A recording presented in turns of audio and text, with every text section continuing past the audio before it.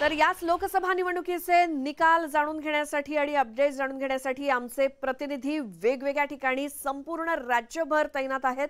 सुरुवातीला आपण पुण्यामध्ये जाणार आहोत। तिथे चंद्रकांत फुंदे आपले प्रतिनिधी आपल्या सोबत आहेत। Chandrakant, good morning. आज खूप मोठा दिवस आहे, लोकसभा निवडणुकीचे निकाल येणार आहेत। पुण्यामध्ये त्याआधीचं काय वातावरण दिसतंय?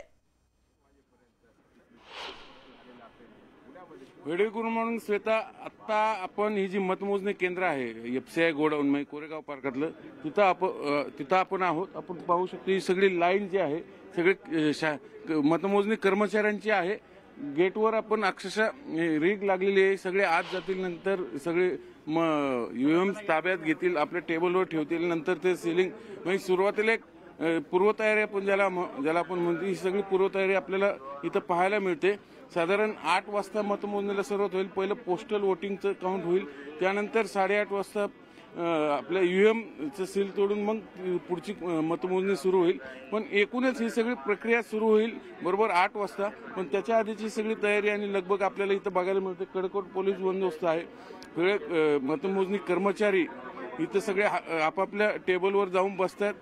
सगळ्यांची लगबग सुरू आहे, आपले नाव नोंदणी करून आत जाण्याची ही सगळी तयारी होईलच। ही प्रशासकीय प्रक्रिया आहे, त्यात काही नाही। पण आता आपण थोडा आढावा घेऊ या 4ही मतदारसंघाचा, म्हणजे एकूणच राज्याचा। हे जरी निकाल लोकसभेचे असले तरी राज्यातलं जे सरकार आहे, निकाल काय लागतात लोकसभेचे त्यावर राज्याच्या सरकारचे भवितव्य बरंचसं अवलंबून असणार आहे। कारण मविया राज्यात जास्त जागा घेणार की महायुती? खरं तर सगळे एक्झिट पोल सांगतात की महायुतीत जास्त जागा घेणार, पण मवियाला आशा आहे की आम्ही जास्त जागा घेऊ। म्हणजे ते म्हणतात हे एक्झिट पोल खरेच नाहीत असंही म्हणतात।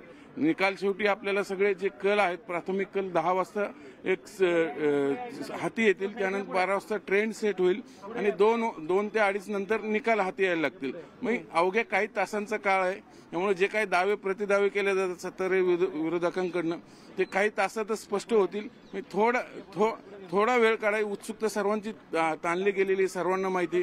म्हणजे जो शेवट असतो कुठल्याही इलेक्शनचा, आपल्या लोकशाहीचा उत्सव मानला जातो लोकसभा निवडणूक म्हणजे सर्वात मोठा, आणि त्याचा आज शेवट आहे। बिलकुल चंद्रकांत, आणि हे सगळे कर्मचारी आपापली जागा घेत आहेत। आता थोड्याच वेळात मतमोजणीला सुरुवात होणार आहे। पुण्यातले हे अपडेट आपण घेत होतो। धन्यवाद या सगळ्या माहितीसाठी।